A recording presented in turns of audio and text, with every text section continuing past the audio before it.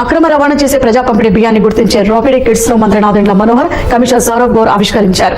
ఏపీలోకి అక్రమ PDS rice రాకుండా అడ్డుకోవడానికి 700 మొబైల్ కిట్స్ ను సిద్ధం చేశారు. పౌర సరఫరాల శాఖ తీసుకొచ్చిన ఈ ర్యాపిడ్ కిట్ ప్రత్యేకత, పనితీరుపై మరిన్ని వివరాలు మా ప్రతినిధి ఆదిత్య కుమార్ అందిస్తారు. వీటిలో ఉండే రసాయన ద్రవం ద్వారా వాటిని ఈ బియ్యం మీద వినియోగించినప్పుడు వాటి రంగు మారడంతో ప్రజా పంపిణీ కోసం వినియోగించే బియ్యాన్ని అక్రమ మార్గాన పట్టిస్తున్నారనే విషయం బట్టబయలవుతుంది. ఈ అంశం ద్వారా ప్రజా పంపిణీ కోసం వినియోగించే బియ్యాన్ని ప్రజలకు సురక్షితంగా అందించడం, మరోవైపు అక్రమార్కుల భరతం పట్టడానికి ఆంధ్రప్రదేశ్ పౌర సరఫరాల శాఖ సిద్ధమైంది.